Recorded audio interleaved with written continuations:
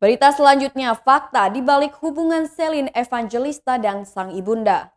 Di balik kasus perceraian Celine Evangelista dan Stephen William, terungkap fakta mengejutkan tentang hubungannya dengan sang ibunda, yakni Vincentia Nurul.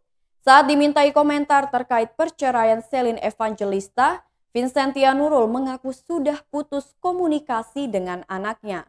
Vincentia Nurul kemudian mengungkap fakta hubungannya dengan sang anak yakni Celine Evangelista.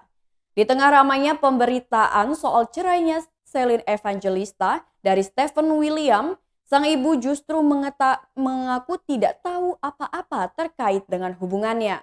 Bukan hanya soal perceraian sang anak, Vincentia juga menyebut tidak tahu menahu kepindahan Celine ke rumah baru. Hal itu terjadi lantaran nomor teleponnya sudah diblokir oleh Celine. Dengan demikian sulit bagi Vincentia untuk berhubungan dengan Celine bahkan secara daring. Walau hubungan dengan Celine retak sejak lama, Vincentia mengaku tidak mempermasalahkan hal tersebut. Baginya, apa yang terjadi antara dia dengan Celine sudah jadi pilihan sang anak.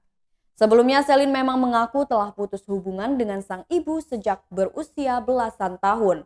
Walau demikian, Celine tetap menyayangi sang ibu sebagai wanita yang melahirkannya ke dunia.